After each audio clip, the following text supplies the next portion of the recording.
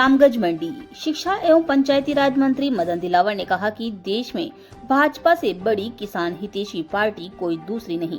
केवल भारतीय जनता पार्टी को सदैव किसानों का भला करने के लिए काम करती आई है। शिक्षा एवं पंचायती राज मंत्री मदन दिलावर अपने विधानसभा क्षेत्र में चल रही राजस्थान सरकार के 2 वर्ष पूर्ण होने पर सुशासन पखवाड़ा विकास रथ यात्रा के स्वागत में आयोजित ग्राम पीपा खेड़ी में सभा को संबोधित किया। दिलावर ने कहा कि कांग्रेस के राज में किसानों को 18% ब्याज पर ऋण मिलता था। किसान अपनी जरूरत को पूरा करने के लिए यदि ऋण लेता था तो ब्याज के बोझ तले दबकर कर्ज से कभी उभर नहीं पाता था। लेकिन जैसे ही देश में भारतीय जनता पार्टी की सरकार बनी, प्रधानमंत्री अटल बिहारी वाजपेयी ने सबसे पहले किसानों का भला किया। अटल जी की सरकार के कारण अब किसानों को मात्र 4% ब्याज पर लोन मिलता है। यदि 1.5 लाख रुपए तक का लोन किसान लेता है तो उससे कोई ब्याज नहीं लिया जाता।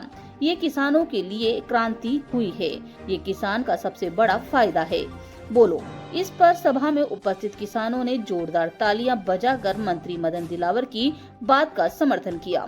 दिलावर ने कहा कि अटल जी के बाद देश के प्रधानमंत्री नरेंद्र मोदी के नेतृत्व में भाजपा की सरकार आई तो फिर भाजपा ने किसानों का भला किया। अब मोदी जी आपको हर 4 महीने में 2000 किसान सम्मान निधि के रूप में सीधे खाते में किश्त भेज देते हैं।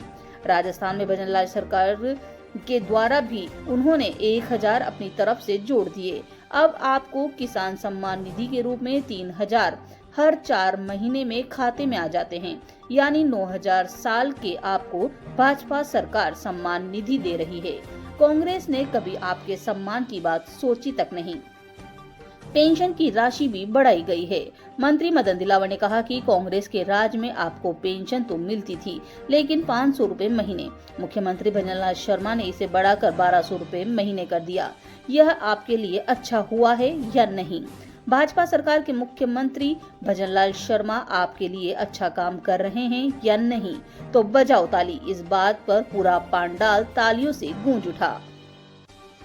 माननीय हमारे भजनलाल जी शर्मा साहब का यही आग्रह सबसे यही उनका कोशिश है कि सभी किसानों को हम सिंचाई का पानी कैसे उपलब्ध करवाएं, क्योंकि राजस्थान भर में प्रयत्न कर रहे हैं ताकि सब किसानों को पानी मिले।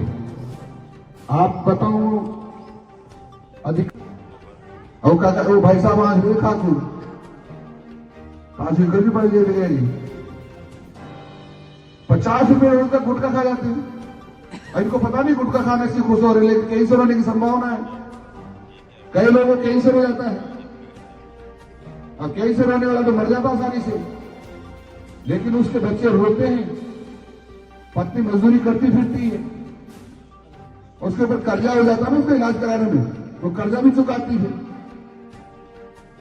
इसलिए नशा ठीक नहीं है। बहुत खुश हो लोग साहब है गुटखा खाने से बहुत हो जाता है, सबके सामने काटा रहे से खाए का है।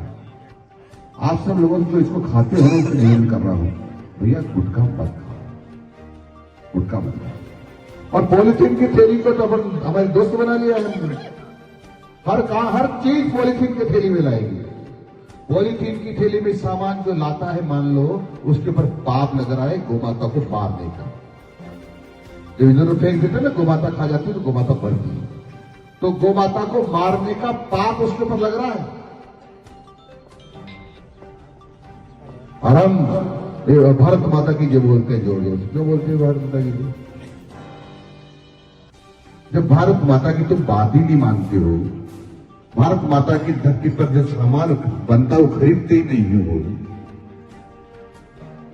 तुम पेन भी लाओगे तो विदेशी कंपनी का लाओगे, जूते भी लाओगे तो विदेशी कंपनी का लाओगे, साबुन भी लाओगे तो लक्स लेके आओगे, लाइफ बॉय लेके आओगे, डिटॉल से हाथ धोओगे।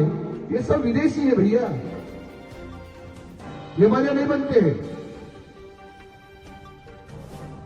और इससे जो बनने में जो मजदूर लगते हैं ना, वो बाहर के तो उनको मजदूरी मिलती है। अपने आप की बनी हुई चीजें खरीदोगे तो अपने मजदूर लगेंगे, अपने देश के लोग को मजदूरी मिलेगी। अपने देश को मजदूरी मिलेगी तो अपना फिर अपनी कमाई होगी यही रहेगी। जो कमाई होती बाहर दूसरे देश में चली जाती है, और दूसरे देश में चली जाती तो हमारा भारत देश का जो आर्थिक दृष्टि से सुदृढ़ता हम चाहिए वो नहीं होती। और जब भारत सुदृढ़ नहीं होगा आर्थिक दृष्टि से, तो भारत माता कमजोर होगी। यदि हम भारत माता की जोर से जय जयकार लगाते हैं तो फिर भारत माता पर बनी हुई चीजें ही हमको खरीदना चाहिए, ताकि हम हमारे लोगों को रोजगार दे सके, आर्थिक दृष्टि से हमारे देश को सुदृढ़ कर सके। और जो बाहर के लोग कमा के ले जाते हैं, और जब कभी किसी देश से हमारा